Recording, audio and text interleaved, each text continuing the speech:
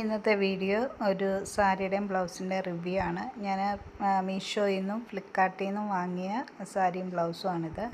ഞാനങ്ങനെ സ്ഥിരമായിട്ട് സാരി ഉടുക്കുന്ന ഒരാളല്ല, എങ്കിലും ചില സമയത്ത് നമ്മൾ ചില സാരിയൊക്കെ കാണുമ്പോൾ നമുക്കൊരു ഇഷ്ടം തോന്നുമല്ലോ, അങ്ങനെ വാങ്ങിയതാണ്.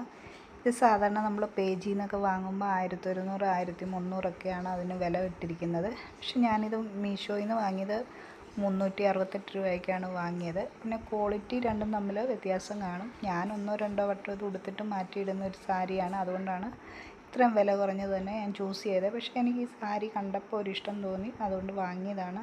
ഈ ബ്ലാക്കിൽ ഈ റെയിൻബോ കളർ വരുന്നത്, ഇതിൻ്റെ മുന്താണി ഇതേപോലെ റെയിൻബോ കളറാണ്. പിന്നെ ഇതിൻ്റെ എല്ലാ കളറിലുള്ള ടസൽസും വരുന്നുണ്ട്, നല്ല ഭംഗിയാണ് ഇത് ഉടുത്താൽ.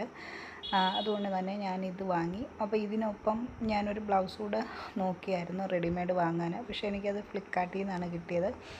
ഞാൻ അത് വാങ്ങി. അപ്പോൾ ഈ ബ്ലൗസ് എനിക്ക് കണ്ടപ്പോൾ എനിക്ക് തോന്നുന്നു സെറ്റ് മുണ്ടോ അല്ലെങ്കിൽ സെറ്റ് സാരിയൊക്കെ ഉടുക്കുമ്പോൾ നമുക്ക് യൂസ് ചെയ്യാൻ പറ്റുന്ന തരത്തിലുള്ള ഒരു ബ്ലൗസാണ് ഇത്.